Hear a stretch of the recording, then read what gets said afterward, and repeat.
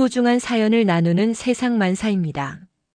여러분의 이야기가 누군가에게는 위로와 용기가 될 거라 믿습니다. 그럼 오늘도 함께 시작해 볼까요? 안녕하세요. 저는 67세 여성이고요. 서울에서 작은 출판사를 운영하고 있습니다. 오늘 제가 들려드릴 이야기는 정말 믿기 어려울 수도 있는데요. 모든 것이 실제로 일어난 일입니다. 혹시 여러분은 인생에서 가장 큰 실수를 저질렀을 때 그 실수가 돌이킬 수 없는 결과를 가져온다면 어떻게 하실 건가요? 저는 12년 전 단 하나의 오만한 판단으로 제 유일한 아들을 잃었습니다. 그리고 바로 어제 제 앞에 나타난 12살 소년 하나가 제 인생을 완전히 뒤바꿔 놓았습니다. 그 아이가 제게 건넨 원고 한 장을 보는 순간 저는 12년 동안 숨겨왔던 비밀과 마주해야 했습니다. 그 원고에 적힌 이름 하나가 제 세상을 송두리째 흔들어 놓았거든요. 더 놀라운 건 그 아이가 무심코 한 말 한마디였습니다. 할머니, 아빠 이름은 민준석이에요. 그 순간 저는 깨달았습니다. 12년 동안 제가 애써 외면해왔던 진실을. 그 아이는 제가 세상에서 가장 미워했던 여자의 아들이었고, 동시에 제가 세상에서 가장 사랑했던 아들의 아들이기도 했습니다. 제 친손자였던 거예요. 하지만 이 모든 이야기가 어떻게 시작되었는지, 왜 12년이나 걸렸는지 그 긴 이야기를 천천히 들려드리겠습니다. 정말 긴 이야기지만 끝까지 들어주시면 고맙겠어요. 12년 전 저는 서울 도심 한복판 조용한 골목의 글벗이라는 출판사와 서점을 운영하고 있었습니다. 저는 원래 소설가 출신이었어요. 20대에 등단해서 꽤 이름을 알렸던 작가였는데 30대 중반에 출판 사업에 뛰어들었습니다. 당시만 해도 여성이 출판업계에서 성공한다는 게 쉽지 않은 일이었어요.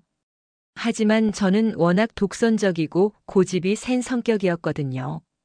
남들이 안 된다고 하면 더욱 해보고 싶어지는 그런 성격이었어요. 무엇보다 책을 사랑했고 좋은 작품을 세상에 내놓고 싶다는 열정이 있었습니다. 처음에는 정말 힘들었어요. 자본도 부족했고 인맥도 없었거든요. 하루에 서너 시간밖에 못 자면서 일했어요. 직접 원고를 읽고 편집하고 영업도 하고 배송도 했습니다. 손톱 밑에 먹물이 끼고 손가락에 상처가 나는 건 일상이었어요. 그렇게 10년 정도 지나니까 회사가 조금씩 자리를 잡기 시작했어요. 제가 발굴한 작가들이 좋은 작품을 내놓기 시작했고 독자들도 저희 책을 찾게 되었거든요.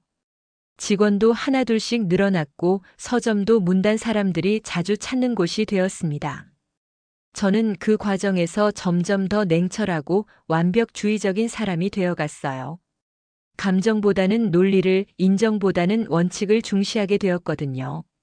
직원들은 저를 무서워했지만 존경했고 작가들은 제가 까다롭다고 하면서도 저와 일하기를 원했습니다. 그런 제게는 유일한 약점이 있었어요. 바로 제 아들 준석이었습니다. 준석이는 제가 20대 후반에 낳은 아들이에요. 사실 준석이 아버지와는 결혼 생활이 그리 오래 가지 못했어요.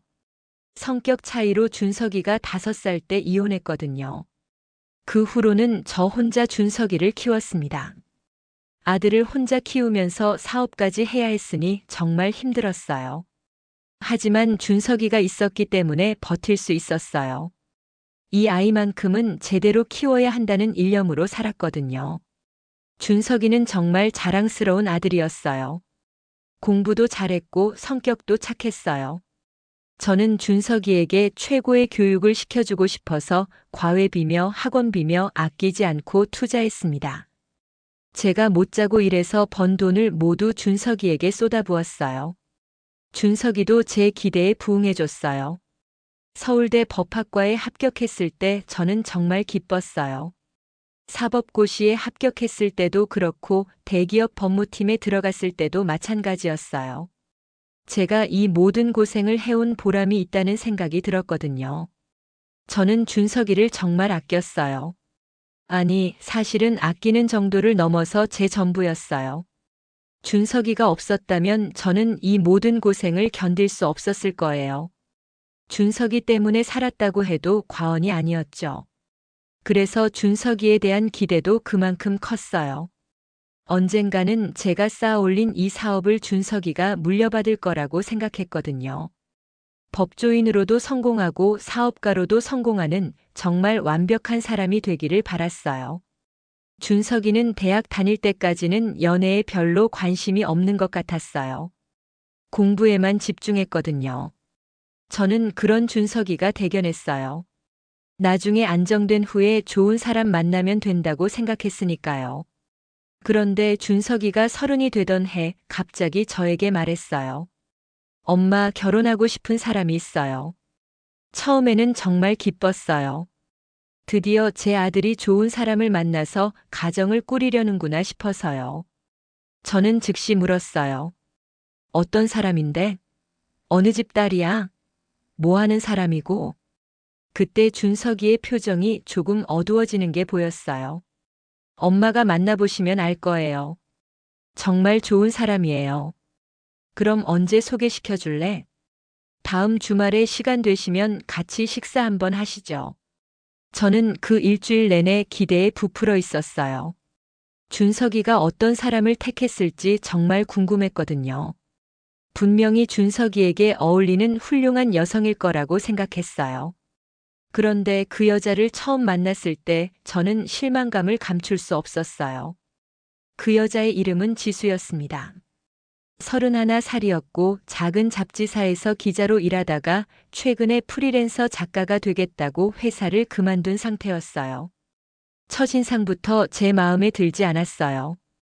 옷차림이 너무 수수했어요. 비싼 브랜드 옷도 아니고 화장도 진하지 않았어요. 액세서리도 별로 없었고요. 제가 보기에는 너무 평범했습니다. 더 큰 문제는 집안 배경이었어요. 아버지는 지수가 어릴 때 교통사고로 돌아가셨다고 했어요. 어머니 혼자서 작은 식당을 운영하면서 지수를 키우셨다는 거였어요. 대학도 지방의 사립대학을 나왔고요. 저는 속으로 생각했어요. 이런 사람이 준석이에게 어울리나? 준석이는 서울대를 나온 엘리트 변호사인데 상대가 너무 격이 안 맞는 것 아닌가? 하지만 더 큰 문제는 따로 있었어요. 지수가 준석이를 대하는 방식이 마음에 들지 않았거든요. 일반적으로 제가 아는 여자들은 준석이 같은 조건의 남자를 만나면 조금 긴장하거나 잘 보이려고 노력했어요. 그런데 지수는 너무 자연스럽고 편안하게 준석이를 대했어요. 마치 오래된 친구처럼요. 준석 씨, 이거 먹어봐요. 정말 맛있어요. 이런 식으로 음식을 권하거나 준석 씨는 정말 재미있어요. 이런 이야기를 어떻게 생각해내세요? 이렇게 웃으면서 말하는 모습이 제 눈에는 지나치게 친밀해 보였어요. 저는 점점 불편해졌어요. 준석이도 지수와 함께 있을 때는 평소와 달랐거든요. 훨씬 편안하고 자연스러웠어요. 마치 가면을 벗은 것처럼요. 그런 모습을 보면서 저는 생각했어요. 분명히 이 여자가 준석이의 약점을 파악하고 의도적으로 접근한 게 틀림없다고요. 준석이가 워낙 성실하고 책임감이 강한 성격이니까 그런 점을 노리고 접근했을 거라고 생각했어요. 식사 자리에서 저는 지수에게 여러 가지 질문을 했어요. 지수 씨는 어떤 일을 하세요? 지금은 프리랜서 작가로 일하고 있어요.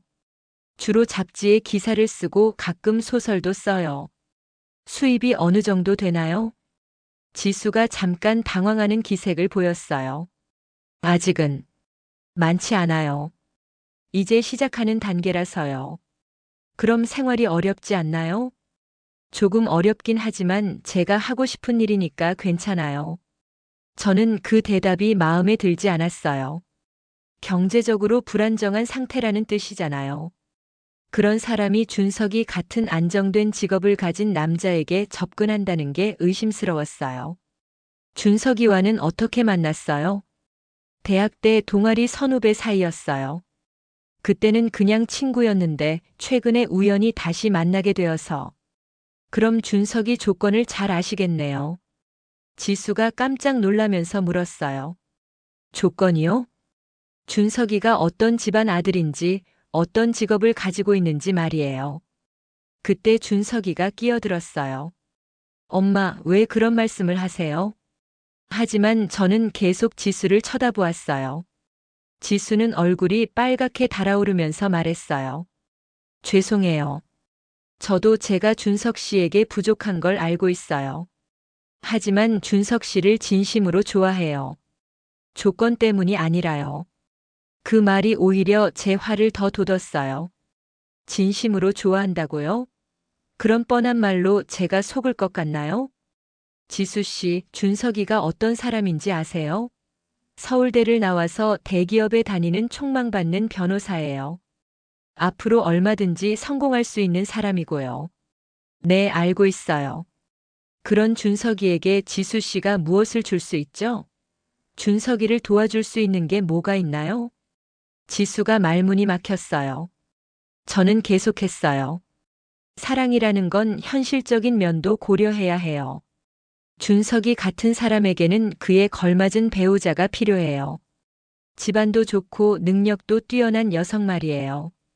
그때 준석이가 정말 화를 내면서 말했어요. 엄마, 그만해요. 지수는 저한테 정말 소중한 사람이에요. 하지만 저는 멈추지 않았어요. 준석아, 너는 아직 어려서 잘 모를 거야. 결혼은 사랑만으로 되는 게 아니야. 현실적인 조건들이 맞아야 해. 그날 식사는 정말 어색하게 끝났어요. 지수는 거의 말을 하지 못했고 준석이는 계속 화가 나 있었어요. 집에 돌아가는 길에 준석이가 저에게 말했어요. 엄마, 왜 그렇게 지수를 대하셨어요? 지수는 정말 좋은 사람이에요. 준석아, 엄마가 인생 경험이 더 많아. 그 여자가 너를 정말 좋아해서 접근한 게 아니야. 그게 무슨 말씀이세요? 너의 조건을 보고 접근한 거야. 경제적으로 어려운 상황이니까 안정적인 남자를 찾는 거지. 준석이가 정말 화를 내면서 말했어요. 엄마는 지수에 대해서 아무것도 모르시잖아요. 어떻게 그런 식으로 말씀하실 수 있어요? 그럼 내가 그 여자에 대해서 뭘 알고 있는데? 프리랜서 작가라고 하지만 수입도 변변찮고 집안 배경도 좋지 않고. 엄마, 준석이가 소리쳤어요. 지수의 배경이 어떤지는 중요하지 않아요. 지수라는 사람 자체가 중요한 거예요. 하지만 저는 마음을 바꾸지 않았어요. 준석아, 엄마 말을 들어라. 그 여자와는 만나지 마라. 안 돼요. 저는 지수 없이는 살 수 없어요. 그럼 엄마와는 인연을 끊는 거냐? 그 말을 하고 나서 저도 깜짝 놀랐어요. 너무 극단적인 말이었거든요. 하지만 이미 내뱉은 말을 되돌릴 수는 없었어요. 준석이가 잠깐 멈춰 서더니 말했어요. 엄마가 정말 그러시겠다면 어쩔 수 없죠. 그리고 정말로 집을 나가버렸어요. 처음에는 금방 돌아올 거라고 생각했어요.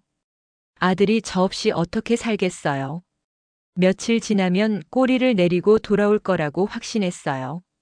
하지만 일주일이 지나고 한 달이 지나도 준석이는 돌아오지 않았어요.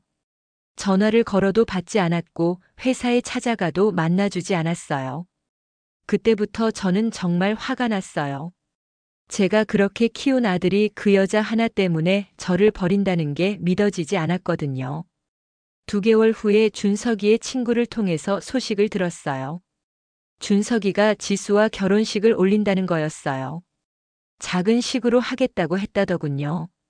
저는 정말 충격을 받았어요. 설마 정말로 결혼까지 할 줄은 몰랐거든요. 그 친구가 저에게 결혼식에 참석해달라고 부탁했지만 거절했어요.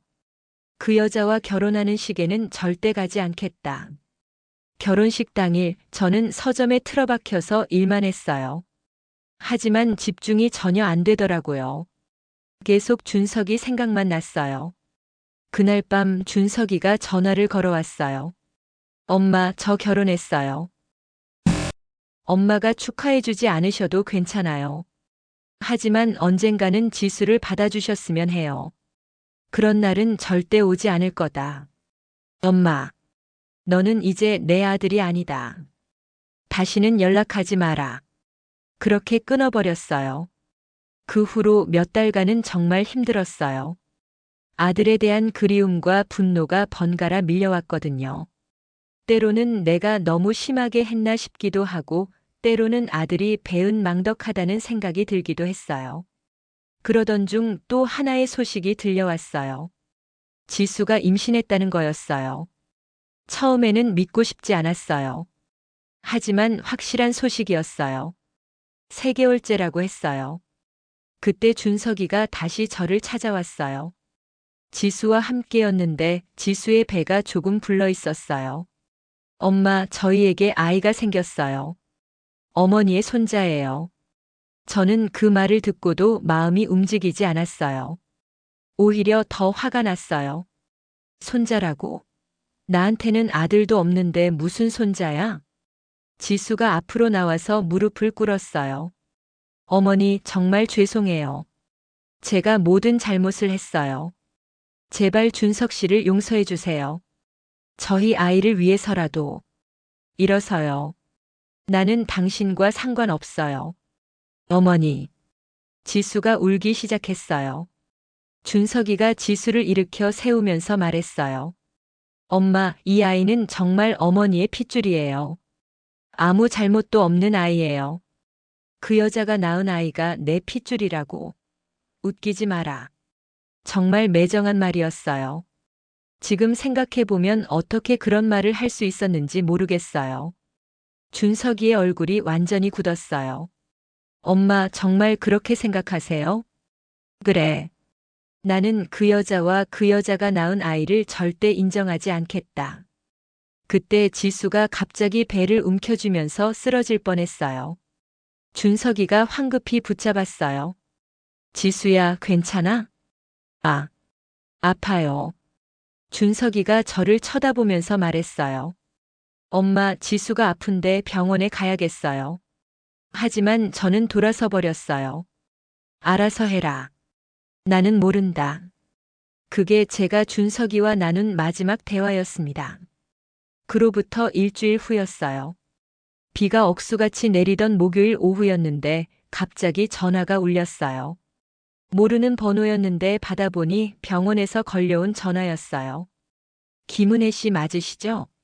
민준석 씨의 보호자로 등록되어 있는데. 네, 맞는데요. 민준석 씨가 교통사고를 당해서 응급실에 계신데 지금 즉시 오실 수 있으신가요? 그 순간 제 머릿속이 하얘졌어요. 준석이가 사고를 당했다는 거였어요. 지금 상태가 어떤데요? 전화로는 자세히 말씀드리기 어렵고요. 일단 빨리 오셔서 의사와 상담을 받으시는 게 좋겠습니다. 저는 그 길로 병원으로 달려갔어요. 택시를 탔는데 손이 너무 떨려서 주소를 제대로 말하지도 못했어요. 병원에 도착했을 때 준석이는 이미 수술실에 들어간 상태였어요. 지수는 응급실에서 치료를 받고 있었고요. 의사가 저에게 설명해 줬어요. 준석이와 지수가 산부인과 검진을 받고 오는 길에 큰 교차로에서 신호를 기다리고 있었는데 뒤에서 오던 대형 트럭이 빗길에 미끄러져서 추돌했다는 거였어요. 지수 씨는 다행히 큰 부상은 없으시고요. 아기도 괜찮습니다. 하지만 준석 씨는 의사가 말을 흐렸어요. 어떻게 됐는데요? 준석 씨가 지수 씨를 감싸려고 하다가 충격을 더 크게 받으신 것 같아요. 뇌출혈이 심하고 최선을 다하고 있습니다만 그 말을 듣는 순간 제 다리에 힘이 빠졌어요. 준석이가 죽을 수도 있다는 뜻이었거든요. 수술이 끝날 때까지 기다리는 시간이 정말 길었어요. 지수는 안정을 찾은 후 제게 와서 말했어요. 어머니, 정말 죄송해요. 제가 검진을 받자고 했는데 지수 씨 잘못이 아니에요. 사고는 누구 잘못도 아니에요. 그때야 저는 깨달았어요. 지수를 미워하고 있을 때가 아니라는 걸요. 준석이가 위험한 상황인데 서로 탓하고 있을 시간이 없었어요. 하지만 결국 준석이는 깨어나지 못했어요. 수술은 성공했지만 뇌사 상태가 되었고 사흘 후에 세상을 떠났어요. 준석이가 죽던 날 저는 정말 미쳤을 것 같았어요. 제가 그렇게 사랑했던 아들이, 제가 혼자 키운 아들이 세상을 떠난다는 게 믿어지지 않았어요. 장례식장에서 지수가 저에게 와서 울면서 말했어요. 어머니, 정말 죄송해요. 다 제 잘못이에요. 제가 준석 씨와 만나지 않았다면. 하지만 저는 지수의 말을 끝까지 들어주지 않았어요. 사실 그때는 누구를 탓해야 할지 몰랐거든요. 준석이가 죽은 게 지수 때문인지, 제 때문인지, 아니면 그냥 운명인지. 하지만 결국 저는 지수를 탓하기로 했어요. 지수가 준석이에게 접근하지 않았다면, 준석이가 저와 싸우지 않았다면, 그날 검진을 받으러 나가지 않았다면. 이런 생각들이 계속 들었거든요.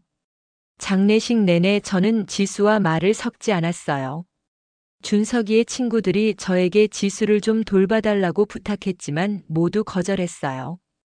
그 여자는 나와 아무 상관없다. 준석이를 땅에 묻고 나서 저는 완전히 달라졌어요. 감정을 완전히 차단하고 일에만 매달렸어요. 아침 일찍 나와서 밤늦게까지 일했어요. 집에 가면 준석이 생각만 나서 견딜 수가 없었거든요. 몇 달 후에 지수가 아들을 낳았다는 소식을 들었어요. 준석이의 친구가 알려줬는데 아이 이름을 민준이라고 지었다고 했어요. 준석이의 준자를 넣어서요. 그 소식을 듣고 가슴 한구석이 아팠지만 모른 척했어요. 그 아이는 저와 상관없는 아이라고 스스로에게 말했어요. 그렇게 12년이 흘렀어요. 저는 그동안 오직 일만 했어요.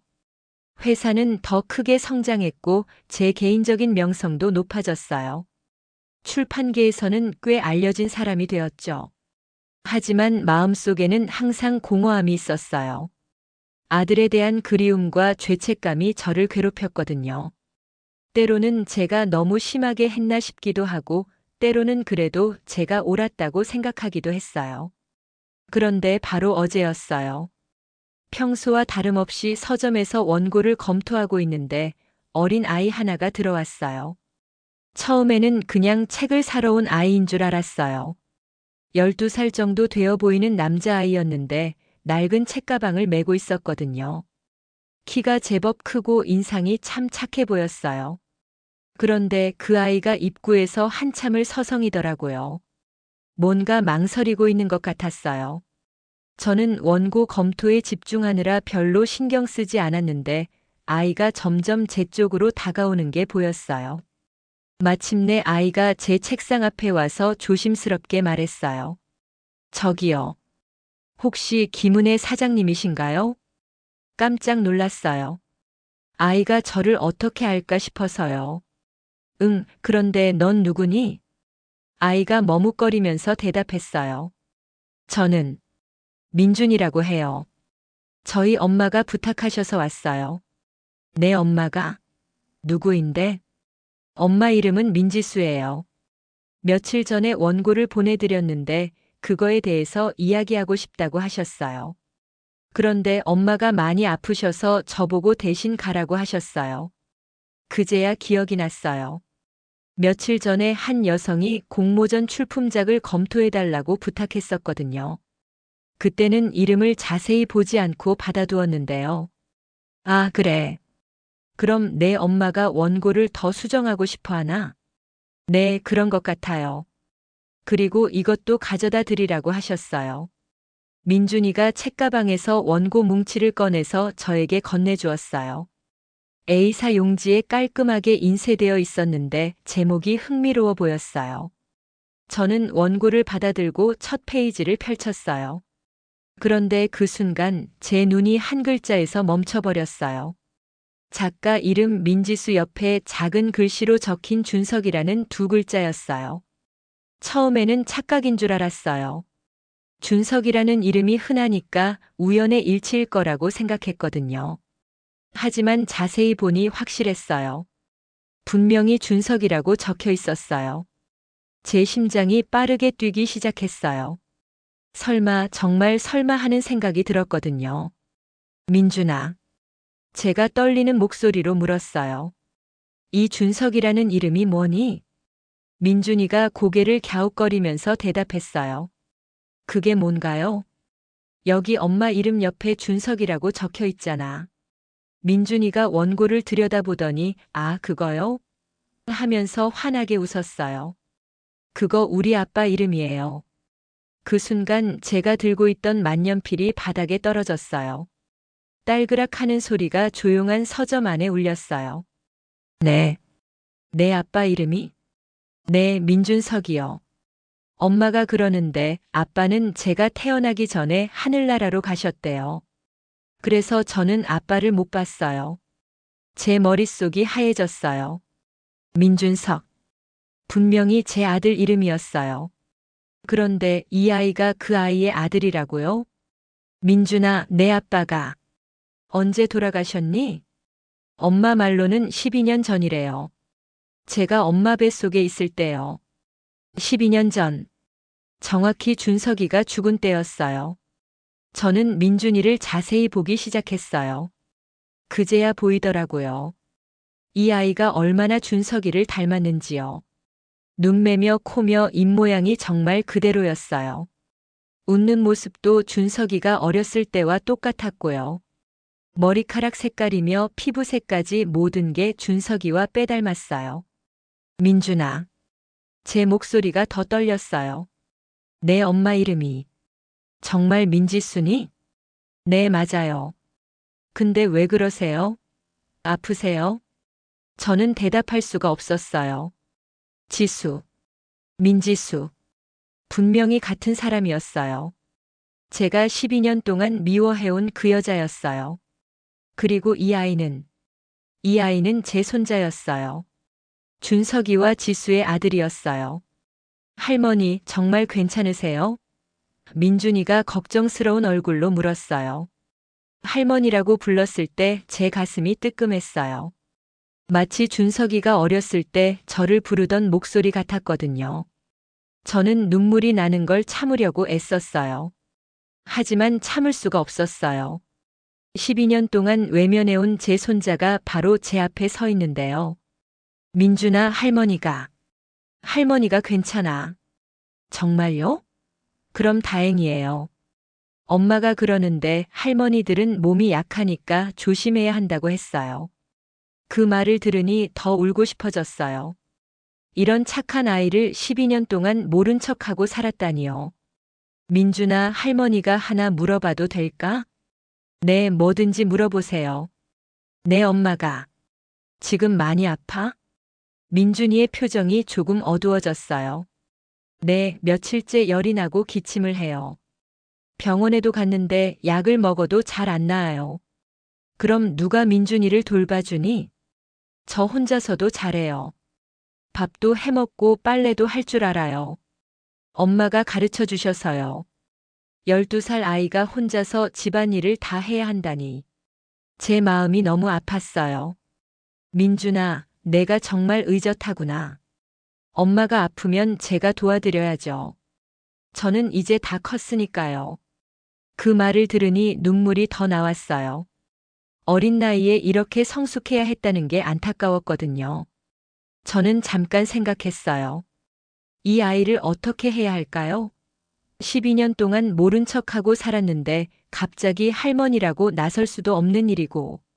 하지만 제 마음은 이미 정해져 있었어요. 이 아이는 제 손자였어요. 준석이의 아들이었어요. 더 이상 외면할 수 없었어요. 민준아, 할머니가 내 엄마를 만나보고 싶은데 가능할까? 민준이가 눈을 반짝이며 대답했어요. 정말요? 엄마가 할머니를 만나면 정말 좋아하실 것 같아요. 그럼 지금 가봐도 될까? 엄마가 아픈데 할머니가 뭔가 도움이 될 수도 있잖아. 와, 정말 좋아요. 따라오세요. 민준이가 앞장서서 저를 안내했어요. 서점에서 나와서 지하철을 타고 이동했는데 민준이가 정말 길을 잘 아더라고요. 민준아, 혼자서도 이렇게 다닐 줄 아니? 네, 엄마가 어릴 때부터 가르쳐 주셨어요. 혼자서도 어디든 갈 수 있어요. 지하철 안에서 민준이와 이런저런 이야기를 나누었어요. 학교 이야기, 친구 이야기, 좋아하는 과목 이야기까지. 준석이가 어렸을 때와 정말 비슷했어요. 할머니, 저희 집은 좀 작아요. 그래도 괜찮으시죠? 물론이지. 할머니는 괜찮아. 그리고 엄마가 아프니까 목소리가 좀 쉴 수도 있어요. 민준이가 미리 양해를 구하는 모습이 기특했어요. 민준이가 안내해준 곳은 서울 외곽의 작은 빌라였어요. 오래된 건물이었지만 깔끔하게 관리되어 있었어요. 계단을 올라가면서 제 마음이 복잡했어요. 지수를 어떻게 대해야 할지, 뭐라고 말해야 할지 정말 모르겠더라고요. 민준이가 문을 열고 들어가면서 말했어요. 엄마, 손님이 오셨어요. 안에서 지수의 목소리가 들렸어요. 손님? 누가 와셨니? 엄마 원고 검토해 주시는 사장님이 오셨어요. 그때 지수가 방에서 나왔어요. 12년 전보다 많이 야윈 모습이었어요. 얼굴도 창백하고 기침도 하고 있었고요. 저를 보자마자 지수가 깜짝 놀라더니 사장님? 하고 당황했어요. 지수 씨, 오랜만이에요. 지수는 여전히 놀란 표정으로 어떻게 여기까지? 라고 말을 더듬더니 민준이를 보고서야 상황을 이해한 것 같았어요. 민준이가 사장님을 모셔온 거구나. 죄송해요. 제가 아파서 아이를 보내게 되어서요. 괜찮아요. 민준이가 정말 의젓하더라고요. 엄마를 많이 걱정하고 있어요. 지수가 어색한 표정을 지으면서 말했어요. 들어오세요. 집이 좀 작긴 하지만 고마워요. 집안은 정말 소박했어요. 하지만 정말 깨끗하고 정돈되어 있었어요. 거실 한쪽에는 책들이 가득 꽂힌 서가가 있었고 작은 책상에는 원고지와 펜들이 놓여 있었어요. 민준이가 엄마 아프니까 저는 방에서 숙제할게요 라고 하더니 자기 방으로 들어갔어요. 정말 눈치 빠른 아이더라고요. 지수와 마주 앉으니 정말 어색했어요. 12년 동안 한 번도 만나지 않았던 사이였으니까요. 지수도 많이 긴장하고 있는 것 같았어요. 지수 씨, 우선 몸이 안 좋다는데 괜찮으세요? 아, 네. 감기가 좀 심해져서 그래요. 며칠 푹 쉬면 나을 것 같아요. 목소리가 정말 많이 쉬어 있었어요. 기침도 계속하고요. 병원에는 가보셨어요? 네, 갔는데 약을 먹어도 잘 안 나아요. 아마 너무 피곤해서 그런 것 같아요.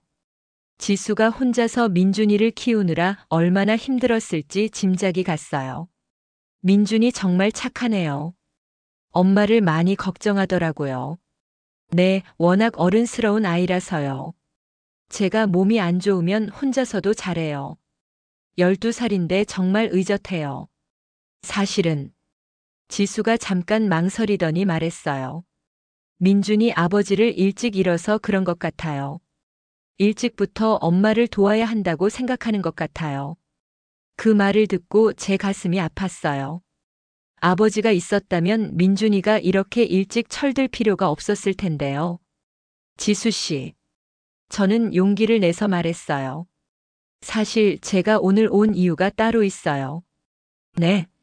민준이를 보고 나서 깨달은 게 있어서요. 지수가 궁금한 표정을 지었어요. 민준이가 아버지 이름이 민준석이라고 하더라고요. 지수의 얼굴이 순간 굳어졌어요. 네. 맞아요. 그리고 12년 전에 돌아가셨다고 하고. 사장님. 지수가 조심스럽게 말했어요. 혹시 제가 누군지 아시는 건가요? 저는 고개를 끄덕였어요. 12년 전에 만났었죠. 준석이와 함께. 지수의 눈에 눈물이 고였어요. 정말 기억하고 계시는군요. 당연히 기억하고 있어요. 어떻게 잊을 수 있겠어요. 그럼 민준이가 제 손자죠. 준석이의 아들이고요. 지수가 눈물을 흘리기 시작했어요. 사장님, 저는 지수 씨 미안해요. 정말 미안해요. 갑자기 12년 동안 쌓였던 모든 감정이 터져나왔어요. 후회와 죄책감, 그리움과 미안함이 한꺼번에 밀려왔어요. 제가 정말 잘못했어요. 12년 전에 당신을 그렇게 대했던 것, 준석이를 떠나보낸 것, 그리고 그 후에도 당신과 민준이를 외면했던 것. 지수도 울면서 말했어요. 저도 죄송해요. 제가 더 노력했어야 하는데. 사장님 마음을 돌릴 수 있었는데. 아니에요. 잘못은 모두 저한테 있어요. 제가 너무 편견에 사로잡혀 있었어요. 당신의 진심을 알아보지 못했어요. 우리는 한참을 울었어요. 12년 동안 쌓였던 오해와 원망이 눈물과 함께 흘러나가는 것 같았어요. 지수 씨, 준석이가 죽고 나서 저는 당신을 원망했어요. 알고 있어요. 당신 때문에 아들을 잃었다고 생각했거든요. 하지만 지금 와서 보니 정말 잘못 생각한 거였어요. 지수가 고개를 끄덕이면서 말했어요. 저도 그때 정말 죄책감에 시달렸어요. 제가 준석 씨와 만나지 않았다면 그런 생각을 수없이 했어요. 그런 생각하지 마세요. 준석이는 당신을 정말 사랑했어요. 그때 지수가 저에게 말했어요. 사장님, 사실 준석 씨가 돌아가시기 전에 편지를 하나 남겨두셨어요. 사장님께 드리라고 하셨는데. 편지를요? 지수가 방으로 들어가더니 편지 하나를 가져왔어요. 준석이의 글씨로 어머니께라고 적혀 있었어요. 왜 이제서야? 처음에는 사장님이 저를 미워하신다고 생각해서 드릴 수가 없었어요. 그리고 시간이 지나면서 더 드리기 어려워졌어요. 저는 떨리는 손으로 편지를 받았어요. 12년 만에 받는 아들의 편지였어요. 편지를 펼쳐보니 준석이의 정성스러운 글씨로 가득 차 있었어요. 어머니께. 이 편지를 쓰고 있는 지금도 어머니가 그리워서 견딜 수가 없습니다.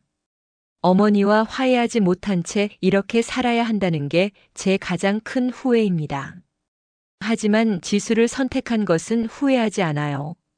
어머니께서 생각하시는 것처럼 지수가 제 재산을 노리고 접근한 사람이 아니에요.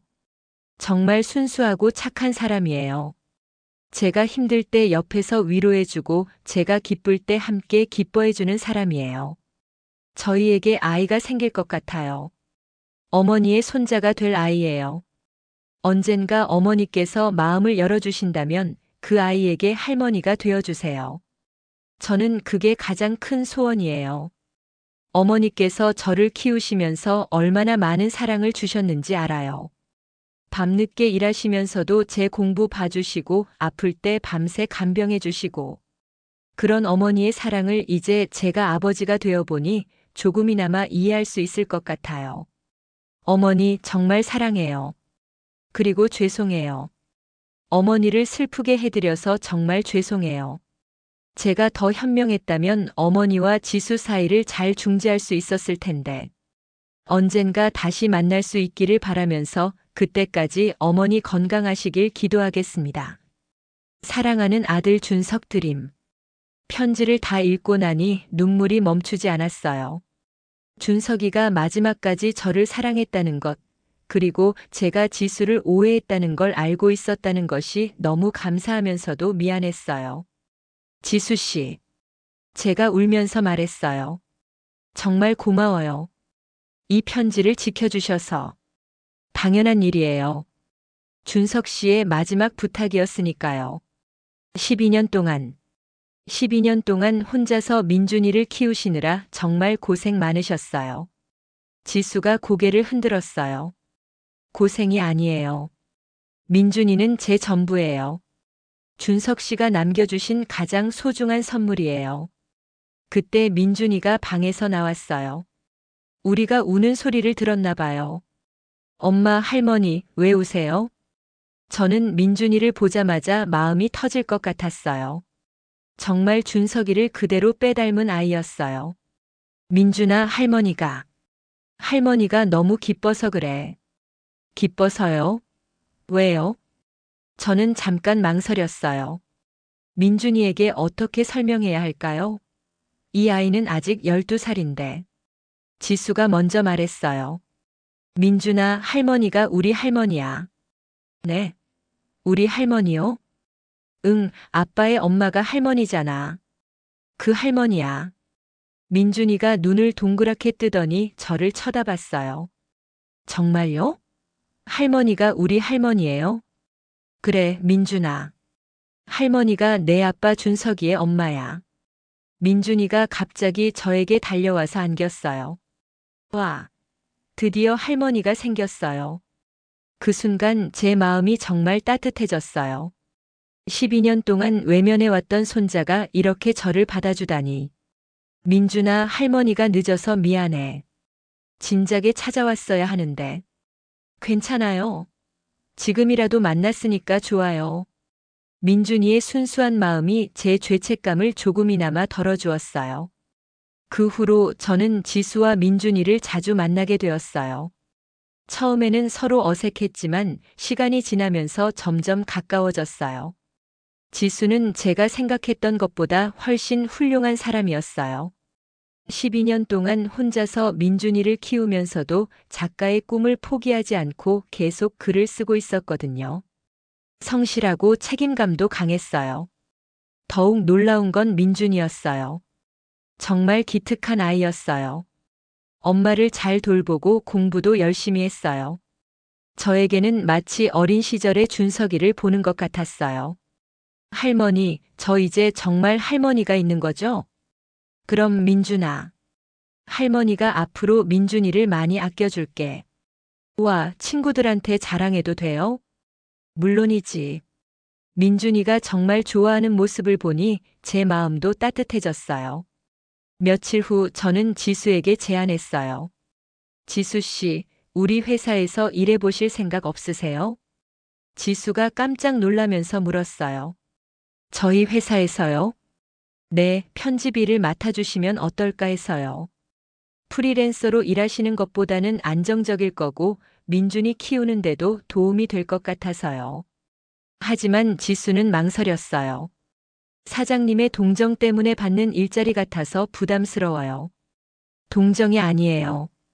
제가 지수 씨 글을 보고 정말 실력이 뛰어나다고 생각해서 제안하는 거예요. 결국 지수가 저희 회사에서 일하기로 했어요. 편집부에서 원고 검토와 작가 상담을 맡기로 했거든요. 지수가 회사에 출근하기 시작하면서 저는 민준이와 더 자주 만나게 되었어요. 지수가 일하는 동안 민준이가 서점에 와서 숙제를 하거나 책을 읽곤 했거든요. 할머니, 제가 여기서 숙제해도 돼요? 물론이지, 민준아. 여기가 내 집이나 다름없어. 민준이와 함께 보내는 시간이 정말 행복했어요. 12년 동안 잃어버렸던 가족의 따뜻함을 다시 느낄 수 있었거든요. 하지만 모든 사람이 저희를 좋게 봐주는 건 아니었어요. 특히 회사 전무인 강 씨가 문제였어요. 강 전무는 저와 15년 넘게 일해온 사람으로 회사 실무를 총괄하고 있었는데 지수와 민준이를 탐탁지 않게 생각했어요. 처음에는 직접적으로 말하지 않았어요. 하지만 다른 직원들을 통해서 들리는 말이 있었어요. 사장님 며느리라면서 회사에 들어왔다더라. 그 아들도 자주 온다던데 회사를 뭘로 아는 거야? 사장님이 너무 감정적으로 결정하시는 것 아냐? 이런 말들이 들려왔어요. 저는 정말 화가 났지만 직접 따지지는 않았어요. 증거가 없었거든요. 그런데 어느 날 정말 큰일이 벌어졌어요. 그날은 중요한 신간 출간 회의가 있는 날이었어요. 민준이는 학교를 일찍 마치고 서점에 왔어요. 지수는 회의 준비로 바쁘고 있었고요. 민준이가 평소처럼 서점 구석에서 숙제를 하고 있었는데 갑자기 뭔가 이상한 모습을 목격했어요. 강 전무가 지수의 자리에서 뭔가 하고 있는 거였어요. 지수는 회의실에 있었는데 강 전무는 지수의 컴퓨터를 만지고 있었던 거죠. 민준이가 자세히 보니까 강 전무가 지수의 컴퓨터에서 파일들을 USB에 복사하고 있는 거였어요. 민준이는 똑똑한 아이라서 이게 잘못된 행동이라는 걸 즉시 알아챘어요. 그래서 조용히 휴대폰을 꺼내서 그 장면을 동영상으로 촬영했어요. 몇 분간 촬영한 후 민준이가 강 전무에게 다가갔어요. 아저씨, 그거 뭐 하시는 거예요? 강 전무가 깜짝 놀라서 USB를 감추려고 했어요. 아, 이게. 너는 공부나 해. 그거 엄마 컴퓨터잖아요. 왜 엄마 파일을 가져가세요? 아이야, 이건 내가 알 일이 아니야. 안 돼요. 엄마 것을 허락 없이 가져가면 안 돼요. 민준이가 단호하게 말했어요. 정말 의젓한 모습이었어요. 강 전무가 당황하면서 말했어요. 얘야, 아저씨가 그냥 백업을 위해서. 백업이요? 그럼 엄마한테 물어봤어요? 그게 엄마한테 말하고 할게요. 민준이가 지수를 부르러 가려고 하자 강 전무가 급하게 말했어요. 야, 잠깐만. 아저씨가 설명할게. 하지만 민준이는 이미 회의실 쪽으로 달려가고 있었어요.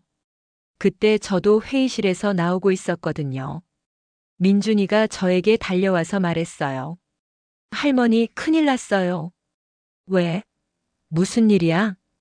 저 아저씨가 엄마 컴퓨터에서 파일을 훔쳐가려고 해요. 저는 깜짝 놀라서 강 전무가 있는 곳으로 갔어요. 강 전무는 당황한 표정으로 서 있었고 손에는 USB를 들고 있었어요. 강 전무, 뭐 하시는 거예요? 사장님, 이건 오해예요. 오해요? 민준이가 지수 씨 컴퓨터에서 파일을 복사하는 걸 봤다는데요. 그게 제가 백업을 위해서. 백업을 왜 개인 USB에 해요? 그것도 허락도 없이? 강 전무가 말문이 막혔어요. 변명할 거리가 없었거든요. 민준이가 저에게 휴대폰을 보여주면서 말했어요. 할머니, 제가 동영상으로 찍었어요. 동영상을 보니 강 전무가 지수의 컴퓨터에서 파일들을 복사하는 장면이 선명하게 나와 있었어요. 강 전무, 이게 뭐예요? 설명해 보세요. 강 전무가 한참 망설이더니 결국 사실을 말했어요. 사실은 지수 씨가 쓴 소설이 너무 좋아서 다른 출판사에 팔려고 했어요. 뭐라고요? 지수 씨는 어차피 사장님 며느리니까 돈이 필요 없잖아요. 그런데 그 원고로 돈을 벌 수 있다면 저는 정말 믿을 수 없었어요. 제가 믿고 일을 맡겼던 사람이 직원의 원고를 훔쳐서 팔려고 했다니요. 강 전무, 어떻게 그런 일을 할 수 있어요? 그때 지수도 회의실에서 나와서 상황을 파악했어요. 강 전무가 자신의 원고를 훔치려 했다는 걸 알고 정말 충격을 받았어요. 민준이가 지수에게 달려가서 말했어요. 엄마, 제가 동영상 찍어놨어요. 아저씨가 엄마 파일 훔치는 거요. 지수가 민준이를 안아주면서 말했어요. 민준아, 정말 잘했어. 저는 강 전무에게 말했어요. 강 전무, 당신은 오늘부로 해고해요. 내일부터 회사에 나오지 마세요. 사장님, 제발 한 번만. 용서할 수 없어요. 동료를 배신한 사람을 어떻게 믿겠어요? 그 일이 있고 나서 저는 모든 직원들을 회의실에 모았어요. 그리고 공식적으로 발표했어요. 여러분, 강 전무는 직원의 개인 파일을 무단으로 복사하려다가 해고되었습니다. 그리고 지수 씨는 제 며느리입니다. 직원들이 모두 놀랐어요. 12년 전에 세상을 떠난 제 아들 준석의 아내이고 민준이는 제 손자입니다. 저는 계속 말했어요. 그동안 지수 씨에 대한 좋지 않은 소문들이 있었다는 걸 알고 있어요. 하지만 그런 소문들은 모두 사실이 아니에요. 지수 씨는 12년 동안 혼자서 민준이를 키우면서도 작가의 꿈을 포기하지 않은 훌륭한 사람이에요. 우리 회사에 꼭 필요한 인재고요. 앞으로 누구든 지수 씨나 민준이에게 불쾌감을 주는 사람은 용서하지 않겠어요. 우리는 가족이고 가족을 함부로 대하는 사람은 저도 가만두지 않을 거예요. 그 후로 회사 분위기가 많이 달라졌어요. 직원들이 지수를 진심으로 받아들이기 시작했고 민준이도 자주 와서 모든 사람들과 친해졌어요. 민준이는 정말 인기가 많았어요. 직원들이 모두 민준이를 귀여워했거든요. 민준이야, 숙제 다 했어? 응, 다 했어요. 이제 책 읽어도 돼요? 그럼 마음대로 읽어. 이런 식으로 민준이는 서점의 막내가 되었어요. 지수도 일을 정말 잘했어요. 원고 검토도 꼼꼼히 했고 작가들과의 상담도 능숙하게 처리했어요. 저는 지수가 저희 회사에 꼭 필요한 사람이라는 걸 확신했어요. 민준이도 하루가 다르게 밝아졌어요.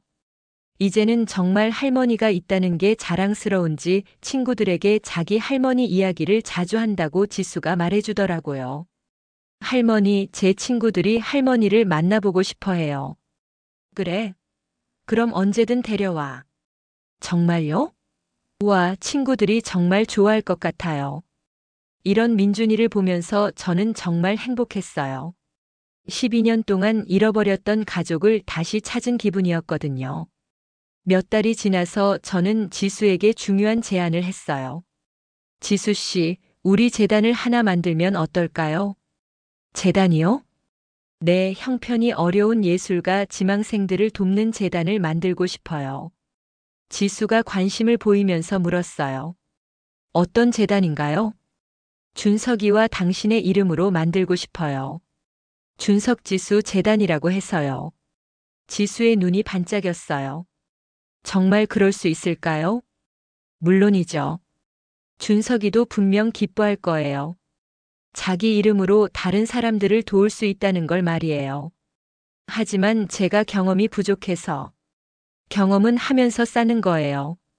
지수 씨가 직접 어려운 상황을 겪어보셨으니까 더 잘 이해하실 수 있을 거예요. 그렇게 준석지수 재단이 만들어졌어요. 어려운 환경에서도 꿈을 포기하지 않는 젊은 작가들과 한부모 가정을 지원하는 재단이었어요. 지수가 재단의 실무를 맡았고 저는 후원자들을 모으는 일을 했어요. 민준이도 재단 일에 관심이 많았어요. 할머니, 저희가 도운 사람들이 정말 작가가 될 수 있어요? 그럼 민준아, 재능이 있는 사람들이 포기하지 않고 계속 노력한다면 분명 성공할 수 있어.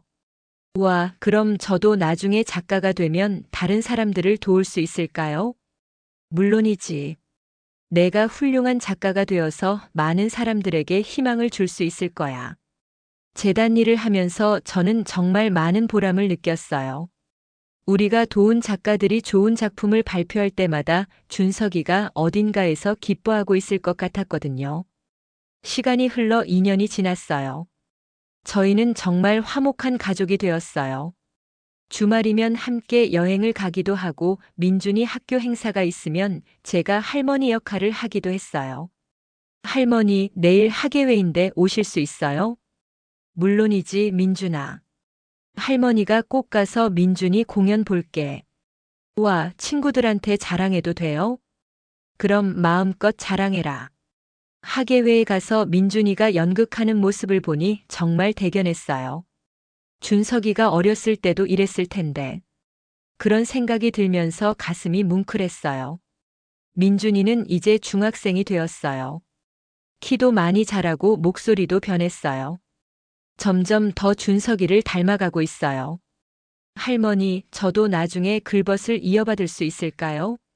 민준이가 원한다면 그럴 수도 있겠지. 하지만 지금은 하고 싶은 공부를 열심히 해라. 네, 할머니. 저는 할머니와 엄마처럼 책 만드는 일을 하고 싶어요. 요즘 민준이는 소설을 쓰기 시작했어요.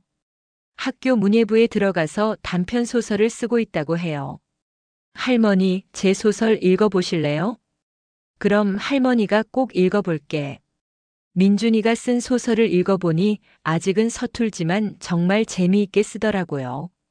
상상력도 풍부하고 문장력도 나쁘지 않았어요. 민준아, 정말 잘 썼다. 계속 쓰다 보면 훌륭한 작가가 될 수 있을 것 같아. 정말요? 할머니가 그렇게 말씀해 주시니까 더 열심히 써야겠어요. 지수도 요즘 장편 소설을 하나 쓰고 있어요. 자신의 경험을 바탕으로 한 작품인데 정말 잘 쓰고 있어요. 지수 씨, 정말 좋은 작품이 될 것 같아요. 곧 출간할 수 있을 것 같고요. 사장님 덕분에 다시 꿈을 키울 수 있게 되었어요. 하지만 사실 고마운 건 제가 더 많아요. 지수와 민준이가 제 인생에 다시 의미를 줬거든요. 요즘 저는 가끔 준석이 무덤에 가요. 지수와 민준이와 함께 가서 안부를 전해드려요. 준서가, 지수와 민준이가 잘 지내고 있어. 내가 걱정하지 않아도 돼. 엄마가 잘 돌보고 있으니까. 무덤 앞에서 이렇게 말씀드리면 정말 준석이가 답해주는 것 같아요. 민준이도 아빠 무덤에 가면 열심히 이야기해요. 아빠, 저 이제 중학생이에요.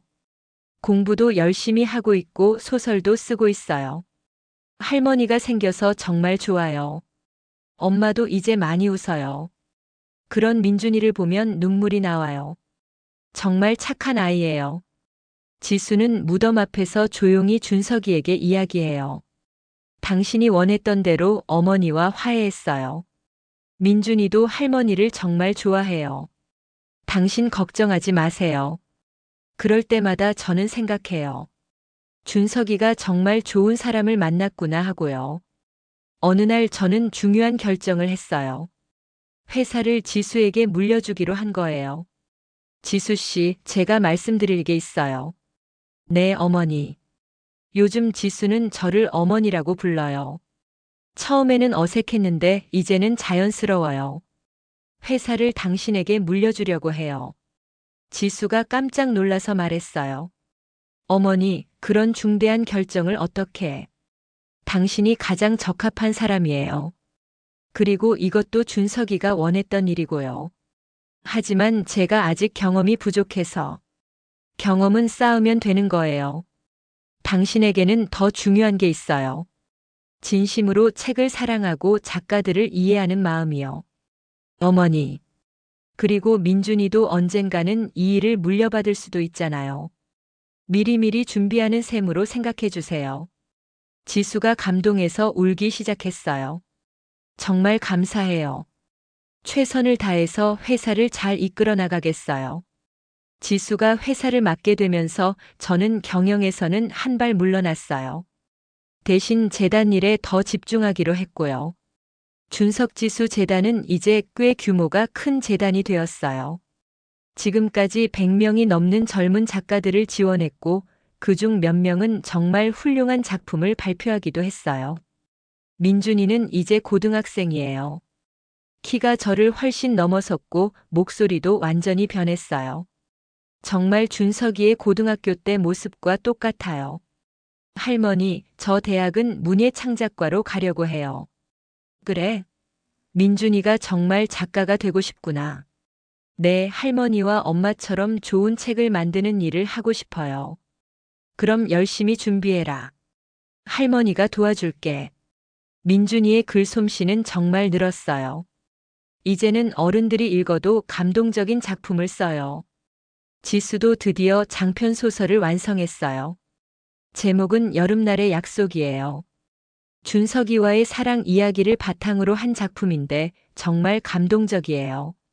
지수 씨, 정말 훌륭한 작품이에요. 많은 독자들이 감동받을 것 같아요. 12년간의 경험이 모두 담긴 작품이에요. 준석 씨에게 바치는 소설이기도 하고요. 그 소설은 출간되자마자 베스트셀러가 되었어요. 많은 사람들이 지수의 이야기에 감동받았거든요. 요즘 저는 정말 행복해요. 15년 전에 저지른 실수 때문에 많은 시간을 낭비했지만 이제는 진정한 가족을 되찾았으니까요. 매일 아침 서점에 나와서 손님들을 맞고 오후에는 재단 일을 하고 저녁에는 지수와 민준이와 함께 시간을 보내요. 정말 평범한 일상이지만 너무 소중해요. 가끔 저는 생각해요. 만약 15년 전에 제가 편견을 버리고 지수를 받아들였다면 어땠을까 하고요. 준석이가 살아있을 수도 있었고 민준이를 더 어릴 때부터 돌볼 수도 있었을 텐데요. 하지만 후회만 하고 있을 수는 없잖아요. 중요한 건 이제라도 깨달았다는 것이고 앞으로는 제대로 할 수 있다는 거예요. 민준이는 이제 19살이에요. 대학에 합격해서 문예 창작을 공부하고 있어요. 정말 훌륭한 작가가 될 것 같아요. 할머니, 저 첫 소설집을 출간하게 되었어요. 정말? 우리 민준이가 드디어 작가가 되는구나. 네, 할머니 덕분이에요. 할머니가 계셔서 꿈을 포기하지 않을 수 있었어요. 민준이의 첫 소설집 제목은 할머니의 정원이에요. 저와 함께 보낸 시간들을 담은 작품들이에요. 지수는 이제 출판사 사장으로서 정말 성공하고 있어요. 회사도 더 크게 성장했고 많은 좋은 작가들과 함께 일하고 있어요. 제가 물려준 회사를 저보다 훨씬 더 잘 이끌어가고 있어요. 어머니, 정말 감사해요.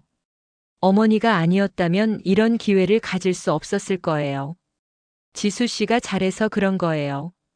저는 그냥 기회를 만들어 드린 것뿐이에요. 요즘 저는 일주일에 몇 번씩 서점에 나와서 손님들과 이야기를 나누고 나머지 시간은 재단 일을 해요. 그리고 무엇보다 민준이와 지수와 함께하는 시간을 소중히 여겨요. 민준이의 첫 소설집 출간 기념회가 있던 날, 저는 정말 자랑스러웠어요. 많은 사람들이 와서 축하해 주었고, 민준이는 정말 당당하게 자신의 작품에 대해 이야기했어요. 이 소설집은 제 할머니께 바치는 작품이에요. 할머니가 계시지 않았다면 제가 작가가 될 수 없었을 거예요. 그 말을 듣고 제 눈에 눈물이 고였어요. 15년 전만 해도 상상할 수 없었던 일이었거든요. 어느 날 민준이가 저에게 특별한 선물을 줬어요. 할머니, 이거 드릴게요. 뭔데, 민준아? 제가 할머니 이야기를 써본 거예요. 할머니와 저희 가족 이야기요. 민준이가 쓴 소설을 읽어보니 정말 감동적이었어요. 저희 가족의 아픈 과거와 화해의 과정이 아름답게 그려져 있었어요. 민준아, 이거 정말 잘 썼다. 많은 사람들이 읽으면 좋겠어. 그래요? 그럼 출간해도 될까요? 물론이지. 우리 가족 이야기가 다른 사람들에게도 희망이 될 수 있을 것 같아. 그래서 민준이의 두 번째 소설이 출간되었어요. 제목은 늦은 봄이었어요. 늦게 찾은 가족의 사랑 이야기였죠. 그 소설도 많은 사람들의 사랑을 받았어요. 특히 가족 간의 화해를 다룬 작품이라서 비슷한 상황에 있는 사람들에게 큰 위로가 되었다고 했어요. 요즘 준석지수 재단은 더욱 활발하게 활동하고 있어요. 작가 지원뿐만 아니라 한부모 가정 지원, 어려운 환경의 학생들을 위한 장학금 지원까지 사업 영역을 넓혔어요. 할머니, 우리 재단 덕분에 꿈을 이룬 사람들이 벌써 200명이 넘었어요. 정말? 준석이가 하늘에서 기뻐하겠다. 네, 아빠도 분명 자랑스러워 하실 거예요. 민준이는 이제 22살이 되었어요. 대학을 졸업하고 출판사에서 일하면서 작가 활동도 병행하고 있어요. 정말 훌륭한 청년으로 성장했어요. 할머니, 저 이제 정말 어른이 된 것 같아요. 그래, 민준아. 내가 이렇게 잘 자라줘서 할머니가 정말 고마워. 할머니 덕분이에요. 할머니가 저를 사랑으로 키워주셔서 이렇게 될 수 있었어요. 지수도 이제 50대가 되었지만 여전히 활기차게 일하고 있어요. 출판사뿐만 아니라 작가로서도 계속 활동하고 있고요. 어머니, 제가 새로운 소설을 하나 더 쓰려고 해요. 어떤 이야기인데요? 어머니 이야기요. 어머니가 어떻게 저희를 받아주셨는지, 어떻게 가족이 되었는지, 그런 이야기를 쓰고 싶어요. 제 이야기를요? 네, 정말 감동적인 이야기니까 많은 사람들과 나누고 싶어요. 그래서 지수가 쓴 또 다른 소설 겨울 끝에 봄이 출간되었어요. 저와 지수 그리고 민준이의 만남과 화해를 그린 작품이었어요.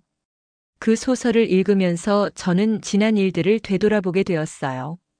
정말 많은 일이 있었구나 싶더라고요.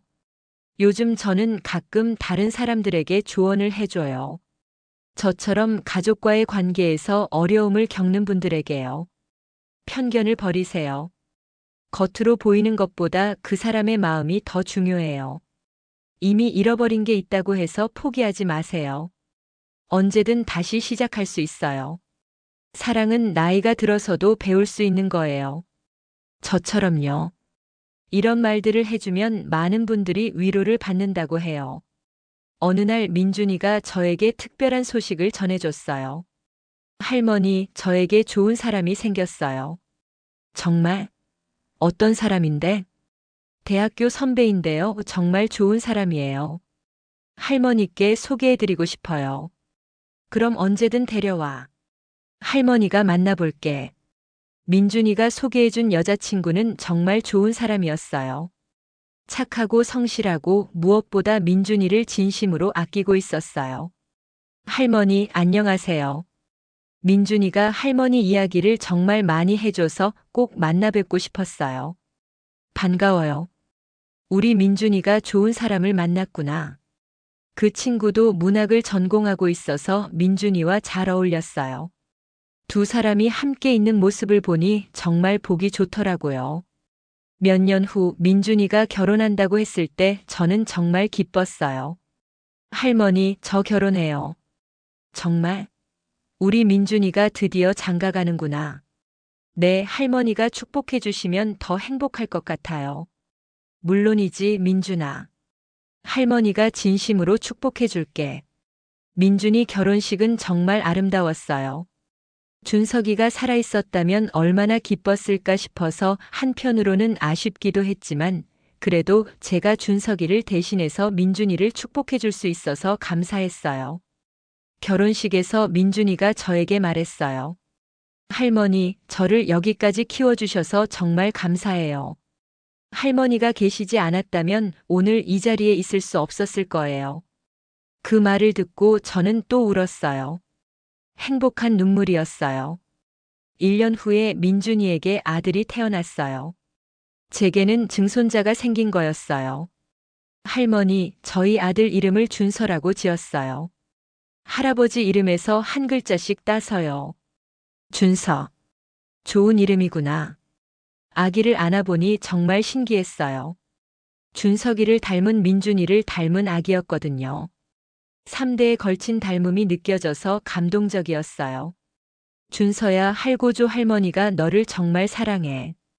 요즘 저는 준서를 돌보는 재미에 빠져 있어요. 민준이가 어렸을 때 제대로 돌봐주지 못한 아쉬움을 준서를 통해서 달래고 있는 것 같아요. 지수도 이제 할머니가 되었어요. 정말 좋은 할머니예요. 어머니, 이제 저희도 할머니가 되었네요. 그러게요. 시간이 정말 빨리 지나간 것 같아요. 어머니 덕분에 이런 행복을 누릴 수 있게 되었어요. 우리 모두 덕분이에요. 서로 사랑하고 이해했기 때문에 가능한 일이었어요. 요즘 저는 가끔 생각해요. 만약 그때 민준이가 서점에 오지 않았다면 어떻게 되었을까 하고요. 아마 저는 계속 혼자서 살면서 후회만 하고 있었을지도 몰라요. 하지만 운명이 저희를 다시 만나게 해준 것 같아요. 준석이가 하늘에서 도와준 것 같기도 하고요. 지금 저는 75살이에요. 나이가 들면서 몸이 예전 같지 않지만 마음만은 정말 젊어요. 사랑하는 가족들이 있으니까요. 매일 아침에 일어나면 감사한 마음이 들어요.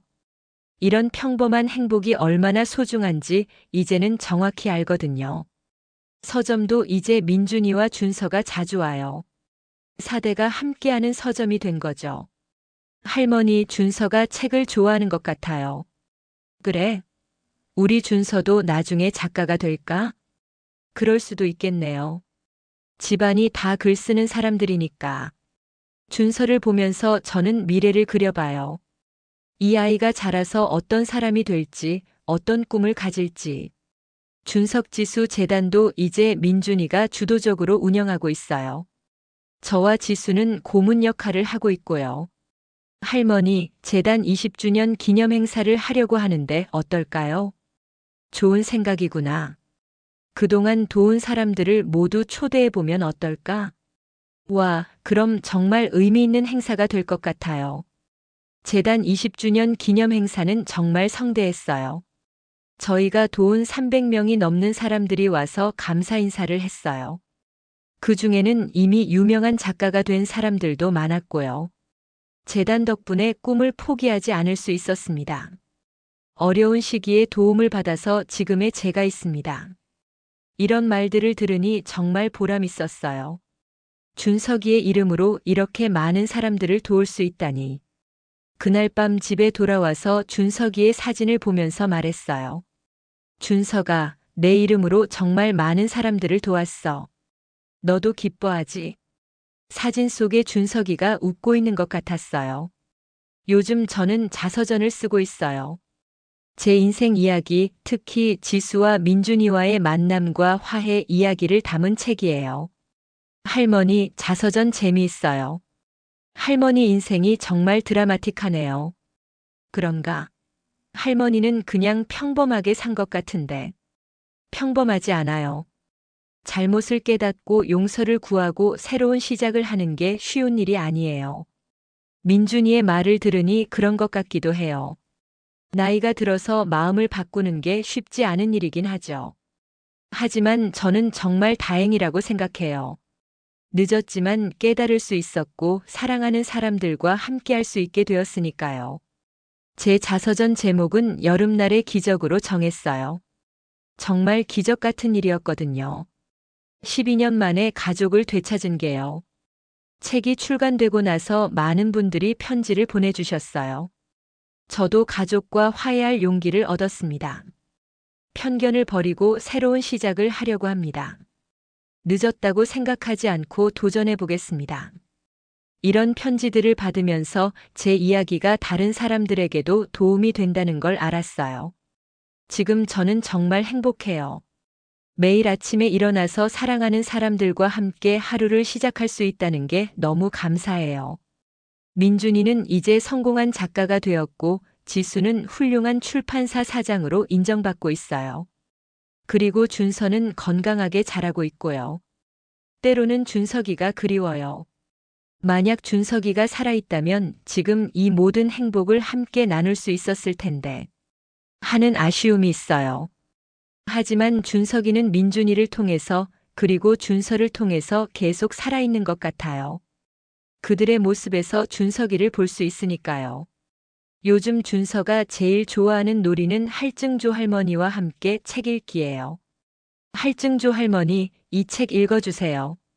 그래, 준서야. 할증조 할머니가 읽어줄게. 준서에게 책을 읽어주면서 저는 생각해요. 이 아이도 언젠가는 자라서 자신의 길을 찾아갈 거예요. 그때도 저희 가족의 사랑이 그 아이에게 힘이 되었으면 좋겠어요. 가끔 사람들이 물어봐요. 후회는 없으세요? 물론 후회는 있어요. 만약 처음부터 마음을 열고 지수를 받아들였다면 준석이가 죽지 않았을 수도 있고 민준이를 더 어릴 때부터 키울 수 있었을 테니까요. 하지만 그런 후회보다는 감사한 마음이 더 커요. 이렇게라도 다시 시작할 수 있었다는 것, 사랑하는 사람들과 함께할 수 있게 되었다는 것이 너무 고맙거든요. 지수가 가끔 말해요. 어머니, 처음부터 저희를 받아주셨다면 더 좋았겠지만 그래도 지금이 가장 행복해요. 저도 그래요, 지수 씨. 지금이 가장 행복해요. 민준이도 말해요. 할머니, 저는 할머니가 늦게라도 저희를 찾아주셔서 너무 감사해요. 할머니 덕분에 정말 많은 걸 배웠어요. 이런 말들을 들으면 가슴이 따뜻해져요. 오늘도 저는 작은 서점에서 하루를 시작했어요. 손님들을 맞고 책을 정리하고 가끔 찾아오는 민준이와 준서와 시간을 보내고 이런 평범한 일상이 저에게는 가장 소중한 선물이에요. 창밖으로 보이는 여름 하늘이 정말 맑아요. 15년 전 그 여름날 제가 준석이를 떠나보냈던 날과는 전혀 다른 느낌이에요. 지금은 모든 것이 희망적으로 보여요. 사랑하는 사람들이 있고 함께할 미래가 있으니까요. 마지막으로 하고 싶은 말이 있어요. 혹시 저와 비슷한 상황에 계신 분들이 있다면 절대 포기하지 마세요. 늦었다고 생각하지 마세요. 언제든 새로운 시작이 가능해요. 그리고 편견을 버리세요. 겉으로 보이는 것보다 그 사람의 진심이 더 중요해요. 사랑은 나이와 상관없어요. 저처럼 70대에도 새로운 사랑을 배울 수 있어요. 가족에 대한 사랑, 용서하는 사랑, 받아들이는 사랑. 제 이야기가 누군가에게 작은 희망이라도 된다면 정말 기쁠 거예요. 지금 이 순간도 저는 감사하며 살고 있어요. 민준이가 할머니 사랑해요라고 말할 때마다, 지수가 어머니라고 부를 때마다, 준서가 제게 달려와서 안길 때마다, 이런 작은 순간들이 모여서 저의 여름날 비밀 정원을 만들었어요. 12년 동안 메마르고 황폐했던 제 마음에 지수와 민준이, 그리고 준서라는 아름다운 꽃들이 피어난 거예요. 이제 저는 그 정원을 정성껏 가꿀 거예요. 더 많은 사랑과 관심으로요. 그리고 언젠가 제가 이 세상을 떠나더라도 이 아름다운 정원은 민준이와 준서에게 이어질 거예요. 준서가 정말 고마워. 너의 마지막 선물인 민준이 덕분에 이런 행복을 누릴 수 있게 되었어. 하늘에서 편안히 지켜봐줘. 내가 사랑했던 사람들을 잘 돌보고 있으니까.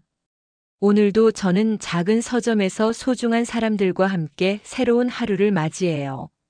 이런 평범한 행복이 계속되기를, 그리고 더 많은 사람들이 이런 행복을 느낄 수 있기를 바라면서요. 긴 이야기 끝까지 들어주셔서 정말 감사합니다. 제 이야기가 여러분에게 작은 위로와 희망이 되었기를 바라요. 언제든 새로운 시작은 가능하다는 것, 사랑은 모든 것을 이길 수 있다는 것을 잊지 마세요. 영상이 재미있으셨다면 구독과 좋아요, 댓글까지 부탁드리고, 오늘도 건강하고 행복한 하루 되시길 바랍니다.